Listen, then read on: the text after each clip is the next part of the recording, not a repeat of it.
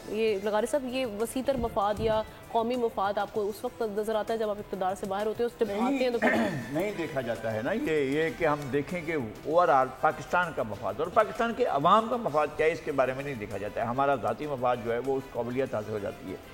ایک تو یہ کہ ہمارے بھائی نے شام الحق صاحب نے جو بات کی، میں 100% ان سے اتفاق کرتا ہوں کہ ہمیں اس طرح کے پولرائزیشن میں پارٹ پلے نہیں کرنا چاہیے. خاص طور پر میڈیا کو بہت احتیاط کرنی چاہیے. ہمیں بھی اس طرح کا پوسچر دینا چاہیے، اور نہیں یہ نہیں کہ مصنوعی بنائیں جی ہم خام خواہ کا وہ کریں.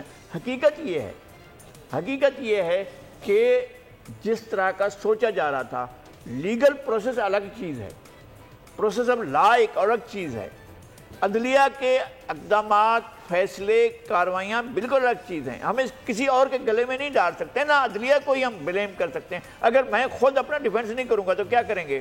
ظاہر ہے مجھے ڈائریکٹ کنڈم کیا جائے گا اور مجھے سزا دی جائے گی اگر میں اپنا ڈیفنس نہیں کروں گا. تو یہ ایسا معاملہ نہیں ہے کہ جناب اس کو ہم آسانی سے یہ سمجھ لیں. دوسرا بات یہ ہے کہ ان کو تو ہوا ہی یہ تھا. کون سا غیر آئینی کام ہوا تھا جب یہ معاملہ گیا ہے پچھلے سال مارچ میں کہ جناب آپ کے 2022 میں گیا تھا. ہاں، تاریخ عدم اعتماد میں گئے. جی تاریخ عدم اعتماد میں گئے تھے 2022 میں، آپ سے لگ بھگ 2 سال پہلے.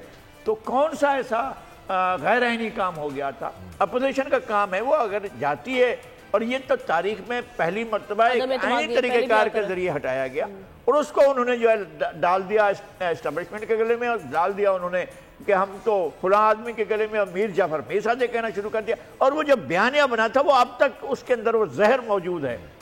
اس کے باوجود اگر یہ سسٹم چاہتا تو یہ اتنی سیٹیں لے پاتے.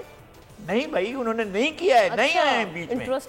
ہاں، نہیں آئے ہیں وہ بیچ میں، اور انہوں نے ان کو نہیں ہروایا ہے، نہ ان کو وہ کیا ہے. جو عدالتی پروسیس ہے وہ بالکل الگ چیز ہے. اس کے اندر یہ نہیں ہے کہ کوئی میجر کرنل بیٹھ کر فیصلہ کر رہے ہیں، نہیں کر رہے ہیں. نہ فوجی عدالتیں قائم نہیں ہوئی ہیں کہ جو اس پر بیٹھ کر کریں. جہاں تک ہمیں شکایت ہے کہ آپ نے 9 مئی کی باتیں کی ہیں، لیکن 9 مئی کا کسی کو بھی انویسٹیگیٹ کر کے آپ نے پروسیکیوشن میں نہیں گئے ہیں اور اس کو نہیں کیا. اب جا کر 3-4 لوگوں کو پروسیکیوٹ کیا ہے اور جا کر ان کے نام دیے گئے ہیں. تو یہ تو بہت زیادہ صبر کا مظاہرہ کیا گیا ہے اور کوئی ایسی جلد بازی نہیں کی ہے. اور اب لوگوں کو اگر وہ اس پر جاتے ہیں، رزلٹ ابھی تک پورے نہیں. ابھی 191 265 میں سے باقی ہیں، اور وہ 100 کے قریب یا 75 کے قریب رزلٹ باقی ہیں. اب 75 رزلٹ آنے ہیں، اور اس میں جا کر ایک فیصلہ ہو جائے گا کہ جناب کون سی پارٹی کس پوزیشن پر ہے.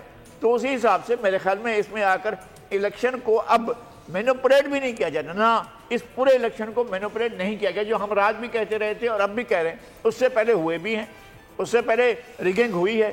اور وہ کون کر رہا تھا، کون سا ادارہ کر رہا تھا، کس کو مینوپولیٹ کیا جاتا تھا؟ کس نے کہا تھا افتخار چودھری، جسٹس افتخار چودھری کو کہ وہ ایک دن پہلے ROs کو بلائیں اور ان کے ساتھ بیٹھ کر پورے کا پورا پلان آف ایکشن؟ یہ کون ہوتا ہے؟ یہ کام تو الیکشن کمیشن کا. الیکشن کمیشن مکمل ایک ادارہ ہے، اس کو تقدس حاصل ہے. اب کیسے ان کے عملے کو بلا کر کہہ سکتے ہیں وہ غلط تھا؟ اور اب جو کچھ ہو رہا ہے اس میں کبھی کسی نے نہیں کہا کسی کو کہ جناب آپ کریں. اور اس پر اعتراض تھا کہ جناب یہ ایڈمنسٹریشن کے لوگ آئیں گے، ڈپٹی کمشنر، اسسٹنٹ کمشنر آئیں گے، وہ گڑبڑ کریں گے، وہ فلاں کو کون سا فائدہ دے دیا ہے کسی بھی جماعت کو.